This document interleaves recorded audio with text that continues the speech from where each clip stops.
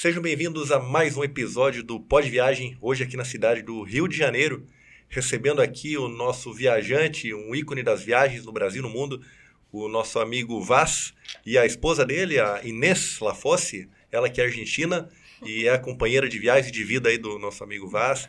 Vamos bater um papo legal aí, falar sobre viagens, sobre vários assuntos bacanas, e fiquem ligados aí que é só o começo desse bate-papo muito legal. Sejam bem-vindos. Muito obrigado. Muito obrigada. Encontrou a gente aqui entre viagens, né? A gente chegou ontem numa viagem, Chapada Diamantina, e amanhã a gente tá indo pra Mônaco.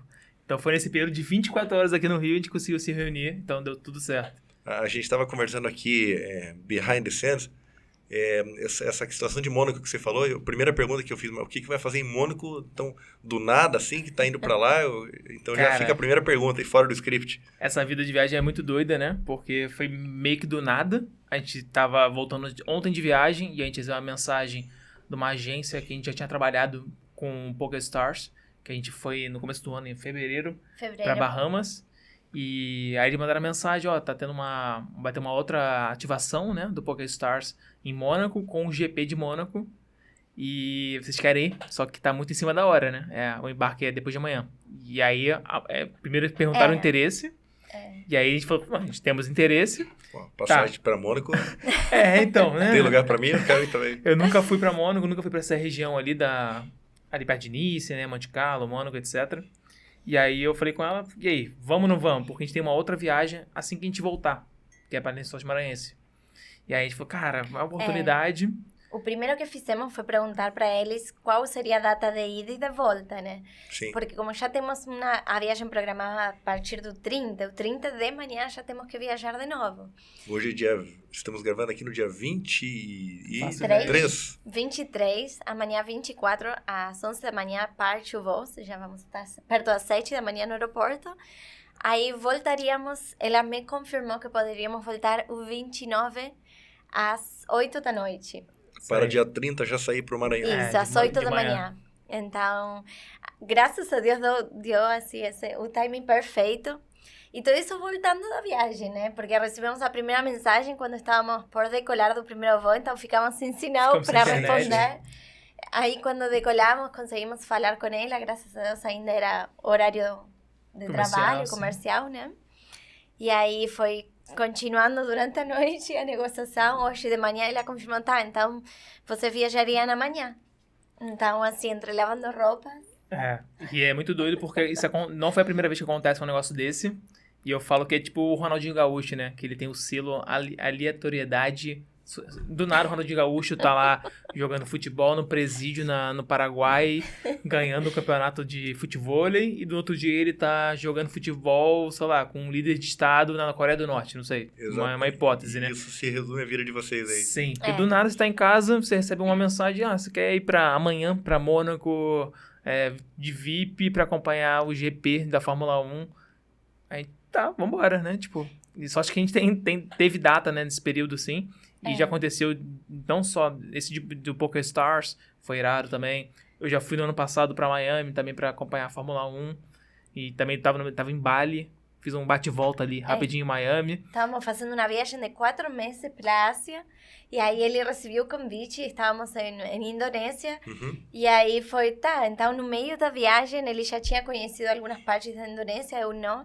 Então eu falei, tá, mientras eu conheço o que você já conheceu, vai pra Miami. Foi sozinho? Foi sozinho. Aí ficou lá, só que estavam os amigos também lá.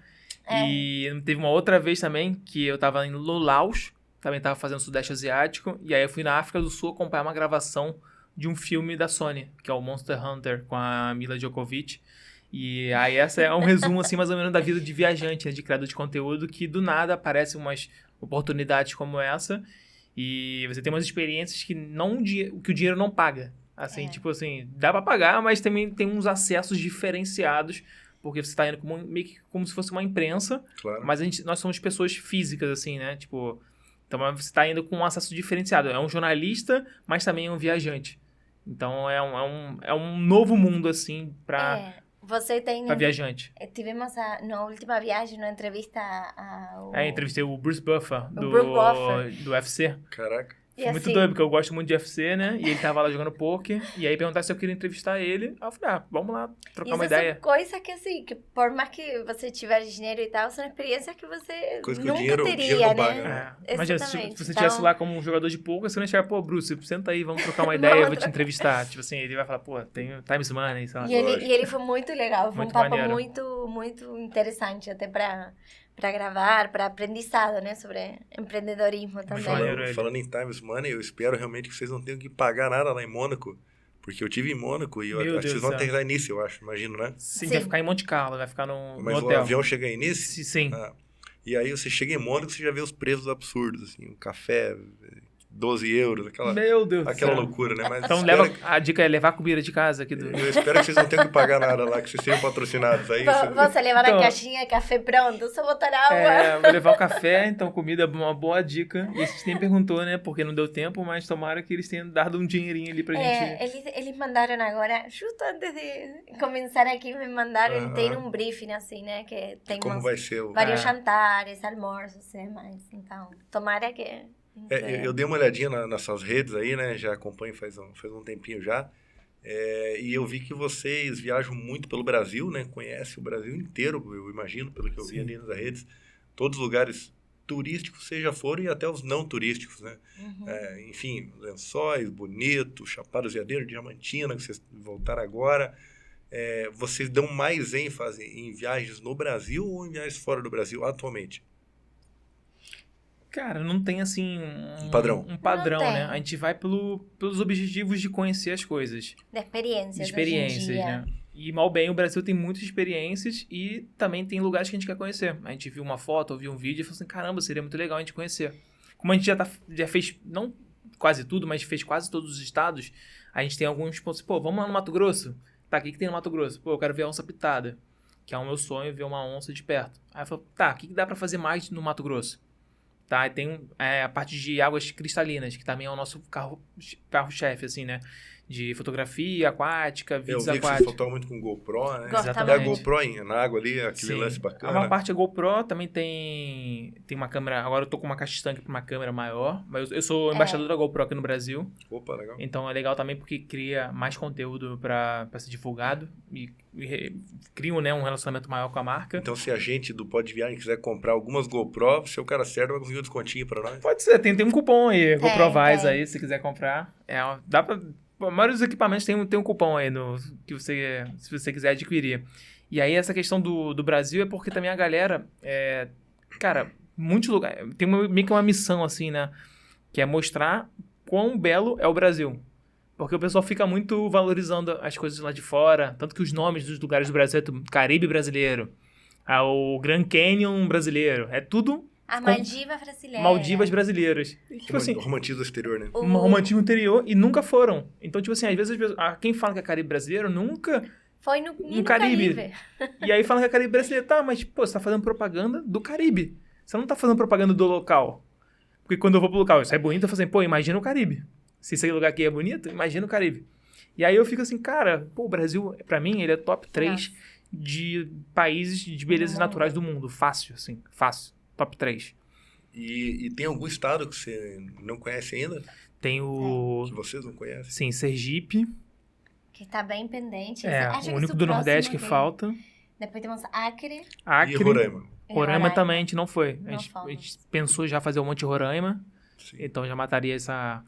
Agora, Rondônia, também não. Agora que fizemos a Chapada Diamantina, que fizemos várias trilhas, trekings assim grandes, já acho que estamos um pouco mais prontos para Monte Roraima. Sim, já tem Rondônia, Roraima. Então, estamos juntos, então. Falta Roraima e Acre. Caraca, só faltam 2 só? Faltam 2. Pô, então você tá então quase zerou já. E Mato Grosso também, que a gente vai conhecer agora também, que a gente não conhece. Em junho. Chapada dos... Guimarães. Exatamente. Sim. E aí vai matar uma das chapadas também, já vai fazer as 4 principais. A gente já fez Veadeiros, Mesas e Diamantina. Aí só tá faltando Guimarães. E aqui hoje vai ser um corte interessante. Pergunta objetiva. Qual a chapada mais interessante para quem não foi nenhuma? Veadeiros ou Chapada Diamantina? Cara, eu vou falar Chapada Diamantina, até porque a minha memória tá mais fresca aqui agora. Uhum. Só que eu acho que o conjunto da Chapada Diamantina, ela é incrível. Pela diversidade, pelas cidades que você também pode visitar, pela comida, que é sensacional, pela história. Oxe! Pô, Bahia é incrível, um estado incrível também. Então, tipo assim, você vai ter cavernas gigantes, você vai ter água cristalina, você vai ter os poços, assim, diferentes que, assim, não lembro outro lugar no Brasil que tem esses poços com água cristalina que você pode entrar. Algo parecido com Bonito. E você tem, assim, uma quantidade de montanhas, você tem um trekking. Então, acho que o pacote completo é o Chapada Diamantina. Na minha opinião, Chapada Diamantina também. E também pelo fato de ser que a Bahia é um estado que tem muita produção local. Então, você tem café de produtores locais muito gostosos, a cachaça, infinitas comidas. Então, tudo em volta da viagem, não simplesmente a beleza natural, sim, claro, como também a estrutura gastronômica, hoteleira, de traslados. Eu achei assim, tipo, muito completa. Eu não conheço a Chapada Diamantina, então quem está assistindo a gente talvez não conheça também. Você chega em Salvador e aí pega um carro e dá quantos quilômetros? São 400 e poucos quilômetros, são 6 horas, assim, porque tem parte que a estrada não é tão boa. E aí você pega um carro em Salvador, ou você tem um voo também para Lençóis, que é uma das cidades de base da Chapada Diamantina. É uma das cidades principais. Mas é o aeroporto menor, o voo mais caro e tudo mais. Sem dúvida. Acho que o voo mais frequente é de Belo Horizonte, que tem lá. Mas a gente foi para Salvador justamente pela quantidade de voos e também porque você consegue pegar um carro mais barato em Salvador e melhor do que em Lençóis. Então, diante do que você está me falando, eu já posso dizer categoricamente que para você chegar na Chapada dos Veadeiros é mais fácil. Porque você chega em Brasília, anda 3 horas de carro, 3 horas e meia, o aeroporto de Brasília é grande, é mais barato para chegar, né? Então eu creio que seja mais fácil. Foi um pouco mais perrengue na Chapada dos Veadeiros. Porque que quando a gente foi, aí a gente chegou, o voo atrasou, aí chegou a pegar o carro, aí a locadora de carro já estava fechada. Porque aí não é 24 horas. Um outro e carro aí na em hora. Salvador a locadora sim era 24 horas. Então aí a diferença pode ser importante, porque o voo atrasou. E aí chegamos, tivemos que dormir uma noite em Brasília, né? Um perrenguinho aí. E depois só de manhã conseguimos viajar, pegar o carro e ir até lá. Mas Mas você sabe, Vaz, Inês, eu sempre falo isso a gente acaba virando referência para os nossos amigos, você referência a nível nacional. As pessoas, quando se mete em algum problema, acabam ligando pra gente, mandando mensagem, o que eu faço agora, o que eu faço agora? Ou estou indo para, perdi o passaporte, e agora? Eu sempre falo assim, esses perrengues só acontecem para quem viaja. Se você não viaja, se tá lá na tua casa, você não perde voo, você não perde passaporte, não acontece nada. Então, são coisas que fazem parte de qualquer vida do viajante, né? Sem dúvida. Isso vai acontecer, cara. Você tá exposto, isso é aquele negócio. É igual que no dia a dia acontece essas coisas, só que você tá em outro país, vai acontecer também. E deixa eu te perguntar outra coisa, assim, para vocês. Vocês têm a viagem como profissão. Sim. Isso é fato. Não é meu caso. Quando alguém pergunta para vocês, e isso perguntam muito para mim e eu acabo respondendo sempre, mas você não dá nem conta de responder, mesmo para os amigos e colegas, que você tem mais proximidade, que tem teu WhatsApp. Estou indo para... Me dá dicas de tal lugar. Você já tem no bloco de notas e encaminha pra pessoa? Como é que é? Cara, é difícil. Do Rio de Janeiro, a Inês tinha uma listinha, eu não tinha, então eu roubava da Inês. Porque como ela é argentina, né? E sempre vinha outros argentinos pro Rio de Janeiro, ela acabou fazendo uma listinha como turista. Porque também a minha lista é diferente aqui do Rio de Janeiro. Do que como uma pessoa local. Claro. Que é muito diferente da visão do turista. Tem muitas coisas até do Rio que eu terminei apresentando para o Marcos, né? Tipo, alguns restaurantes e demais que ele era mais deixante, mais perto da sua casa. E eu bem turística, né? Tipo, aí na Zona Sul. Então, eu já conheci alguns restaurantes e aí ele até me acompanhava no convenço. E aí, tipo assim, às vezes eu mando o vídeo, né, pra pessoa. Eu falo assim, cara, vê esse vídeo, aí se ficar alguma dúvida, você me manda mensagem. Pra meio que filtrar, assim, senão às vezes... Só pra ideia... Porque o vídeo, mal bem, dá uma ideia melhor. De como vai ser a viagem no geral. Como dar uma viagem... E aí se a pessoa... Você manda um vídeo seu. Geralmente se a pessoa tá perguntando sobre um destino que eu já fui, aí eu vou mandar meu vídeo pra pessoa. Vocês têm canal do YouTube também? Sim. Isso. Canal do YouTube, Instagram, TikTok, Facebook, tem tudo. Acho que tem um lugar que nós estamos que vocês não estão. A gente é pequenininho, começamos agora. Spotify. Pô, Spotify não tá. A gente tá no Spotify por causa do podcast. A gente tá jogando em outros motes aí. Eu quero, agora voltando, era a primeira pergunta que eu ia fazer, mas a gente entrou em outro assunto. Como é que vocês se conheceram? Viajando nos conhecimos. Imagino. É a única chance, né? Tipo... Então era um feriado aqui no Rio de Janeiro. Eu já estava morando no Rio e trabalhava. Então trabalhava no CLT. E aí... Trabalhava onde? Não, de CLT. De CLT. É na agência de viagens. Eu sempre trabalhei com turismo. E aí era um feriado e eu fui para Ilha Grande com um amigo da Argentina que estava morando aqui também. Sim. Então fomos a passar o feriado lá. E aí no quarto do hostel tinha mais pessoas. E dentro dessas pessoas Estava era ele. meu querido... Sim. Porque tá num quarto misto, né? E aí eu fui também... Ele pegava quarto misto com essa percepção já. Pior que eu fui jogado lá, eu nem sabia que era quarto misto, né? Porque só tinha homem e ela. Então, pra mim era só homem. Tanto que quando eu conheci ela, eu voltei da praia, tava todo salgado, todo sujo. E aí eu queria tomar um banho. Eu cheguei no quarto de hostel, tava fechado, e alguém ouvindo reggaeton. Aí eu falei, pô, deve ser um argentino. Aí eu falei, vou esperar uns 5 minutinhos, pô, não tem como demorar mais que 5 minutinhos, né? Aí eu fui ver lá, primeira música, segunda música, terceira música, quarta música. Aí eu... sai daí! Eu falei espanhol, sai ali, tem que acabar, muito tempo, não sei o quê. E eu tinha, tipo, cabelão até a cintura, né? E quando você volta à praia um dia de barco e tal, tem que desembraçar, então demora um pouco mais. E como eu sabia que lá fora tinha vários homens, eu já tinha que sair vestida, né? 100%. Sim. Demora, então, não tem como. Aí maquiei, e aí quando saí, ele já tava bastante bravo tava dormindo comigo. já. Tava puto. Tava puto mesmo. Falei, pô, caraca, tô cheio de sal, né? Tipo... E eu, desculpa, mas... Aí foi assim, num hostel em Ilha Grande, então. Exatamente, lá na Vila de Abraão, que é a vila principal. Aí depois a galera toda do quarto saiu pra ter um festival lá. Aí se conheceu melhor e tudo mais.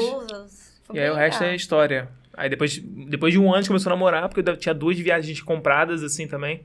Uma foi pro Mundial da Rússia e a outra foi pra Califórnia. Não, outra foi pra Ásia. Pra Ásia. Ah, pra Ásia. Sim. Porque era Rússia com Califórnia e depois foi a Ásia. Pra Ásia. Porque ele ia viajar 3 meses durante essa viagem. 3 vezes uma vez, 3 meses na outra. Então eu falava, é difícil namorar com uma pessoa que... está mais fora que dentro, né? Você já não queria, né? No primeiro momento, né? Eu falei, não... sem expectativa, muito de você, né? Mas... Tipo, eu gosto assim, mais de mim. Exatamente. Tipo isso. É que é difícil mesmo, no começo... ele viajava muito, e aí... Enfim, aí eu falei, cara... Tipo, pelo menos tem que estar mais tempo junto que separado. Se vamos estar tanto tempo separado, eu não sentia que estava valendo muito a pena. E aí, quando eu voltei, assim, nesse entre viagens também, aí a gente saiu praticamente todos os finais de semana, a gente tava sempre junto. E acabou viajando solitário. Aí, depois que eu voltei da Copa, né, dos Estados Unidos e tudo mais, aí acabou... Da Ásia, perdão. Aí a gente já começou a namorar a primeira semana que eu voltei. Que ano foi isso? Foi 2019. No 2018 nos conhecimos no começo, aí ficamos um ano e depois... Começo de 2019. A Copa da Rússia, você fala. Copa da Rússia, sim, da Ásia, eu fiquei pensando Não, que eu fui pro Sudeste... É que eu fui pra Copa... E depois foi pra Ásia. Aí depois eu fui pra Ásia, uma outra viagem. Sim. Uma pergunta que a gente fez aí pra um outro convidado nosso, e viralizou até pela resposta dele, né? Ele defendeu ficar em hostel. Então, você tem várias opiniões, né, sobre o assunto, né? Eu já fiquei muito em hostel. E tenho opiniões um pouco... Já tive experiências boas e ruins, como tudo na vida. Vocês ainda ficam em hostel hoje como um casal? E se não ficam, por que não ficam? Consideram como uma boa opção? Não? Cara, de experiência, eu só tive experiência boa de hostel. Também acho que se você viaja sozinho, você tem que ir pra hostel. Porque se você tá sozinho, eu acho que é um ambiente legal, as pessoas reconhecer mais pessoas. Às vezes o hostel é mais legal que a cidade. Sim. Isso aí, tipo assim, é incrível. É verdade. Você tá falando de hostel no Brasil ou fora do Brasil? Porque dá pra diferenciar ou não? Acho que depende, é mais pelo hostel, assim, tipo... Pelo clima, as amizades que você encontra, as dicas que a galera te passa, né? As festinhas. E tanto que eu já trabalhei em hostel também. Já trabalhei como voluntariado. Fora do Brasil? Aqui, não, fora do Brasil. No Brasil nunca trabalhei. Aquele lance de você curtir a cidade e ganhar pra morar? Não. Isso. De você troca... Trabalhar pra morar. Você troca suas horas, né? Você dá um serviço, né? Você faz algumas horinhas ali por dia, e eles te dão acomodação dentro do hostel e também ali um pouco de alimentação, você não ganha dinheiro. Sim. E aí, hostel, cara, eu acho que é incrível. Tipo assim, o meu início foi só hostel e, porra, é muito maneiro. Tipo, tanto que a gente se conheceu no hostel, né? Tipo, aí, ó.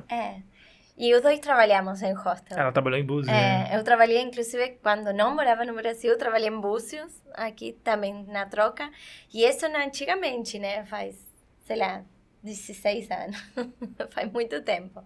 Então, naquela época, era bater porta para conseguir trabalho. Então, eu batia porta nos hostels, tem trabalho para mim? E assim, o voluntariado antigo era... Você era voluntariado ou trabalho? Era ganhava dinheiro, né? Não ganhava dinheiro. Não ganhava dinheiro. Era voluntariado mesmo. Era voluntariado mesmo. Esse é um negócio bem antigo, já existe há muito tempo, assim, né? Hoje em dia já tem plataformas online, você confirma o trabalho desde longe, né? Naquela época não tinha era nada disso. Se arriesgar, ir bater porta e se achar trabalho ficava, e se não, seguia a viagem. Ou voltava para casa. E continuando a sua pergunta, se a gente ficaria, a gente acabou de ficar em fevereiro agora, na Bolívia. A gente foi num hostel, só que é um hostel mais, assim, gourmet, assim, né? Que é o Celina. Celina, ele é um... conheço. América Central toda. Dominou, assim, o Celina. Tá até na Europa Brasil, agora, Estados Unidos, tem no Brasil. Tá geralmente nas principais... Europa também? Na Europa também já entrou. São israelenses o dono do Celina, né? É mesmo? Conhece eles, por acaso? Cara, eu conheci... Eu já fiquei muito em Celina. Sim, o Celina é gigante, assim. Eles pegaram os melhores imóveis dos melhores bairros das melhores cidades, assim, turísticas. Aí dominaram a América Latina inteira. Eu fiquei ali na Guatemala, Costa Rica, exatamente. El Salvador, tudo Celina. Costa Rica também fiquei lá em Tamarindo. Tamarindo. Eu pegava o Wi-Fi lá. Eu ficava no surf camp, aí eu ficava lá em Tamarindo no Celina, piscininha, comida boa ali. E é um tipo assim, é um hostel que é mais para um cara que viaja, um nome digital, que ele quer ter uma boa conexão. Às vezes é um hostel mais família também, não é tão festeiro. Claro que alguns têm mais festas, mas só que a maioria é mais tranquilo. E a gente pegou um quarto privado também, dentro do hostel. Tranquilo. E é mais barato do que um hotel. Tem essa vibe de hostel também, as excursões, você vai com uma galera também da sua idade, em média. Então o combo, assim, a gente acaba... Gostando muito dessa troca. Os dois temos 35 anos, então também chega um ponto que queremos também um pouco de sossego dentro da viagem. Até porque é um casal, né? Não é uma pessoa sozinha viajando. Exatamente. E ao mesmo tempo queremos a troca com as pessoas. E quando encontramos esse hostel que tem pessoas de mais ou menos nossa idade, que são empreendedores, também a troca... para falar, para encontrar pessoas, é outra, né? Daquela pessoa de 20 e poucos anos que está, tipo, noutra vibe, né? Dá pra ver, a faixa etária do Celina, ela é mais alta do que um hostel. Normal. E também naquele hostel que ficamos em Amsterdã, foi incrível. Também encontramos bastante galera bem legal, assim. Então, para nós, recomendamos, sim, ficar em hostel, eu acho. Cidades caras, né? Que também... Não, e vale muito a pena, assim, para pegar dicas do destino e demais. Até cidades caras, é interessante isso que você disse. Você pega, por exemplo, Roma. Lembrei agora que tem um hostel lá chamado Yellow Hostel. É o mais famoso que tem ali. O mais famoso, lá. É o Yellow Party Hostel. E aí eu fui lá. Mas eu lembro que na época, 5 anos atrás, eu paguei assim como R$300 a diária no quarto compartilhado. Sim. Então, só ficou o nome de hostel, né? Sim, a economia lá não existiu, né? Na Austrália tem, né? Amsterdã também. E também é caríssimo. Amsterdã, uma cama não compartilhada, você vai pagar 40 euros. E o hostel no centro ali, no centro. E você vai ter que reservar com 3 meses de antecedência. Na Red Light, é verdade. Exatamente. E é muito legal, porque o hostel também tem uma estrutura bem maior. Na Austrália tem hostels assim, que eu fiquei, que, tipo, tinha piscina gigante, sabe? Tipo, uma estrutura que, tipo assim, é muito legal também você ter um pouco de conforto, né? Não tanto... As atividades. Não tanto... não tão barato, mas que vale a pena pelo conforto. Eu tenho mais uma pergunta agora para você, Marcos. Eu sempre falo que a pessoa, eu não conto viagens por número de países, porque às vezes, alguém que viaja todo o tempo, fica 2, 3 meses em cada país e viaja muito mais que alguém que conheceu X países. Sim. Mas uma curiosidade que eu tenho é quantos países você conhece? Tem, cara, eu acho você que... Conta? Tem uma listinha, assim, mas também é a mesma coisa, não... Desatualizada. Não, eu não fico nessa assim, eu quero conhecer 100 países, eu quero conhecer... Não tem, mas eu já tive um objetivo que era completar 50 países antes do 30. Completou. Completei. Aí bati agora 60, mas também, tipo assim... Nem sei se eu vou fazer 70, não sei se eu vou fazer 80, tipo, eu tô buscando mais experiências. Então, se eu tiver que voltar para um país igual pra fazer essa experiência nova, tranquilo, tipo... Sim, isso. Eu até perguntei justamente porque pessoas, às vezes, que conhecem 50 países, conhecem mais do que quem conhece 100. Exatamente. Porque fica mais tempo num lugar, ou porque vai 3 vezes pro mesmo lugar e tudo mais. No teu Instagram, eu tava olhando ali que você fez uma viagem que eu quero fazer, Mauritânia. Essa aí todo mundo fala engraçado, né? É que, na verdade, se você falar isso pra uma pessoa na rua, você não sabe nem vir no mapa Mauritânia. Porque não é algo comum. Ninguém vai pra Mauritânia. Sim. E o trem de ferro... Isso aí, minério de ferro. Ela não tava junto nesse perrengue, né? Não, ela não quis ir. Porque é caro também pra chegar, fazer todo o rolê. É uma viagem cara e não tava no sonho dela. Então, E tu foi só pra Mauritânia? Tipo assim, eu vou pra Mauritânia pra fazer o trem. Eu fiz Rio, Lisboa, Casablanca, em Marrocos. Sim. Aí depois a gente pegou mais um voo. Aí depois cruzou a fronteira terrestre com a Mauritânia. Então um rolê... só foi pra isso? Só foi pra isso. O objetivo foi esse? O objetivo final da viagem foi isso. Porque ali, na verdade, é só perrengue. Não tem outra coisa boa ali, né? Não tem conforto. Tipo... Cara, tem umas coisas assim. Tem um oásis lá na Mauritânia. Tem as dunas. Aí tem o camelo. Aí tem lá tem umas pinturas rupestres no meio do nada. Tem um monolito lá que é o, sei lá, o quinto, terceiro. Depende de onde você olha a referência. Então são poucas coisas turísticas, assim, de fato. Mauritânia, para quem está assistindo esse episódio, eu vou dizer o que eu sei desse trem, e aí o Marcos vai explicar melhor como é que é realmente o rolê. Beleza. O que eu vejo, alguns amigos viajantes que foram ali, você olha que a pessoa embarca num trem, que é o maior trem de carga do mundo, talvez, e a pessoa sai de um ponto A na Mauritânia até um ponto B, e fica 2 dias em cima de um trem com conforto zero, comendo o que leva e sem tomar banho. É tipo isso. Quase.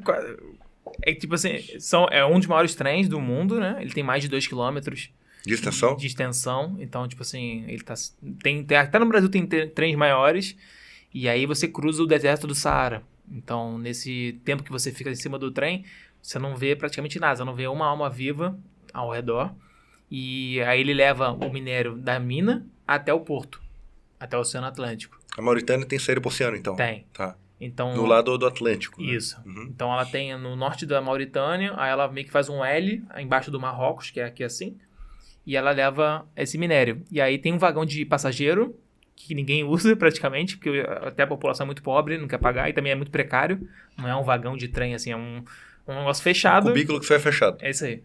E aí muita gente pega essa carona justamente porque também não tem transporte público, não tem um trem de passageiro, não tem um ônibus, não tem nada. Então, você embarca com o trem andando? Não, parado. Parado e desembarca quando ele para também. Exatamente. Tem risco de morte? Tem, se você cair ali, já era. Já era porque ninguém vai te achar ali no meio Então, pode, porque é alto, né? O vagão deve ter uns 3 metros de altura. Mas vamos supor que você caia na areia ali e não morra. Você vai morrer ali porque ninguém vai te achar ali. Exatamente, não tem internet.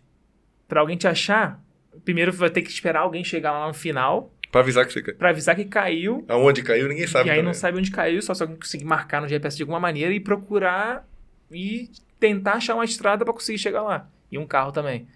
Então, quanto tempo dura? A gente ficou 12 horas. A gente pegou no meio, né? Não pegou Geralmente ela demora por volta de 20 horas. Só que a gente falou, cara, não precisa ficar 20 horas, né? Sim. Eu fui com um camarada, também Marcos, que ele já tinha ido 2 vezes. E aí ele meio que montou um grupo. E eu já falei, Marcão, quando for, me fala quando você vai. E aí eu fui também. E aí a gente para numa cidadezinha lá no meio do caminho e fica esperando o trem. Ele tem meio que um horário assim marcado. Pra passar? Pra passar, por volta das 9 horas. Só que ele atrasou no dia. E a gente tinha que pegar o trem, porque era a única maneira de chegar pra pegar o avião de volta, né? Na capital? Onde? Não, no Marrocos. Porque a gente chega lá numa cidade que é a fronteira com o Marrocos, Dakhla, e aí depois pega um avião pra ir pra Casablanca ou pra, sei lá, Marrakech, pra onde você quiser sair do Marrocos. Então a gente tinha que pegar sim ou sim, porque o voo era no outro dia. E aí a gente subiu, esperou, aí chegou 2 horas da manhã, a gente dormindo assim na linha do trem, assim, do lado, porque tinha que ouvir o barulho. E quando ele parasse, a gente saia correndo pra subir. Com comida, vagão, com tudo. Com comida. E também a mochila, água pra caramba, casaco, que faz muito frio de noite, sleeping bag. Mas daí tu tem que levar a mochila, só a mochila, não tem que ter mala de mão, tem que ter nada. Tinha gente com mala de mão, de carry-on, né? Gente de outro país? Não, no nosso grupo tinha gente com mochila e tinha gente com uma malinha, assim, tipo, muito engraçado, né? E aí a gente chegou, assim, o trem chegou, só que ele veio numa formação menor. Então, supostamente, onde a gente ia pegar ele ficou mais curto. Aí a gente saiu correndo, porque você não sabe quanto tempo você tem. porque é o maquinista que decide, então ele pode ficar 1 minuto, 10 minutos, 5 minutos. E aí a gente jogando a mala lá pra cima, subiu vai, pega, pum, jogando as coisas. E aí eu, tipo assim, eu ficando no final, eu falei, pô, não tem como, tem que subir esse negócio. Porque se perder também, não tem nem como descer. Se começar a andar, não tem como descer. Sim. Então tem uma escadinha lá que você sobe, e aí eu já tava subindo por um outro lugar, assim, tipo, pra não ter risco de ficar pra trás. Porque era um grupo de 8, 10 pessoas. E além de você, tinha gente do mundo todo também. Não, era só brasileiro. Era um grupo de brasileiros e tinha um guia local, que ele é de lá, local. Indispensável, né? No caso Indispensável. Até porque quando você faz na Mauritânia, você tem que ter um salvo-conduto, porque tem muita barreira do exército. Então você tem que apresentar o documento, a gente manda os documentos antes, pra você passar mais tranquilo, assim. Ainda mais que passaporte brasileiro, o cara nem não tá ligado no Brasil. Tinham dois brasileiros com passaporte italiano que eles passavam tudo mais fácil. Vocês? Aí o cara fazia mais perguntas. O passaporte italiano, tá cagando. Em resumo, é uma viagem que você recomenda para um viajante? Para mim, eu nunca fui. De experiência, eu acho incrível, assim. É uma parada nova, que tem esse gostinho, assim, de viagem mais rústica. Aí você fica em cima do Transminério por 12 horas, aí toma um café da manhã, vai ver o nascer do sol lá no deserto do Saara. Aí depois você chega numa cidade também mais desenvolvida, assim, entre aspas, na Mauritânia. E aí você pega um carro lá todo quebrado, o seu Uber, né? E aí depois você toma um banhozinho, fica todo preto de minério aqui. Sim. Mesmo com óculos, com tudo. Tudo, vai ficar suja. E, cara, é uma experiência que eu guardo, assim, porque eu queria reviver, assim, essas viagens mais rústicas, assim. Hoje em dia, mal bem, a gente viaja com mais conforto, mas de vez em quando você quer passar um perrenguezinho de leve, né? Porque aí o perrengue vira história. Com certeza. Estamos chegando ao final do nosso episódio do podcast aqui no Rio de Janeiro. Recebemos hoje o Vaz aonde? Vaz aonde? E a Inês Lafócia, a esposa ou namorada ou noiva? Noiva, ainda? Até janeiro. Só agradecer a presença dos convidados e fiquem ligados conosco. Até o próximo episódio do Pod Viagem.